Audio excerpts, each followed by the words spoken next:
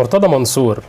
مرتضى منصور يعني بيهاجم بقوة وشراسة جامدة جدا سيف فاروق جعفر بعد اللي حصل منه وامضائه او انتقاله بالشكل رسمي لنادي بيراميدز. سيف فاروق جعفر كان انتقل لبيراميدز بعد ما مضى للزمالك او جدد، وده على حسب ما قاله مرتضى منصور.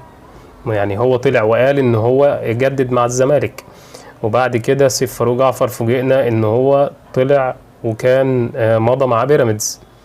فالقصة متضاربة ومش عارفين ايه هو اللي هيحصل.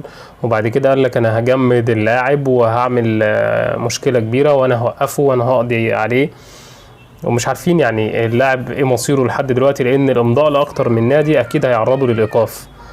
ايه اللي هيحصل لسيف فاروق جعفر الفترة اللي جاية محدش عارف، هنشوف.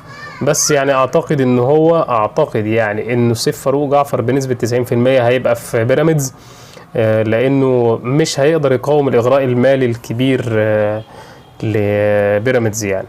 فدي كده كانت بس تصريحاته. وكمان مرتضى منصور متعود على ان هو بيغلط، ومعرفش هو برضه ما زلنا بنستفسر هو بيتكلم بناء على ان هو لسه رئيس النادي ازاي وهو معزول، فما حدش فاهم حاجه.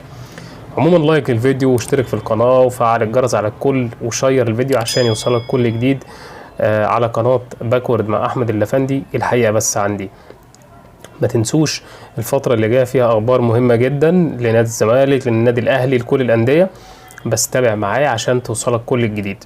وخصوصا تصريحات مرتضى منصور اللي قالها على سيف فاروق جعفر بعد مكالمة فاروق جعفر نفسه مع سيف زاهر، يعني كانت غريبة جدا وبواضح ان هو فيها خوف يعني.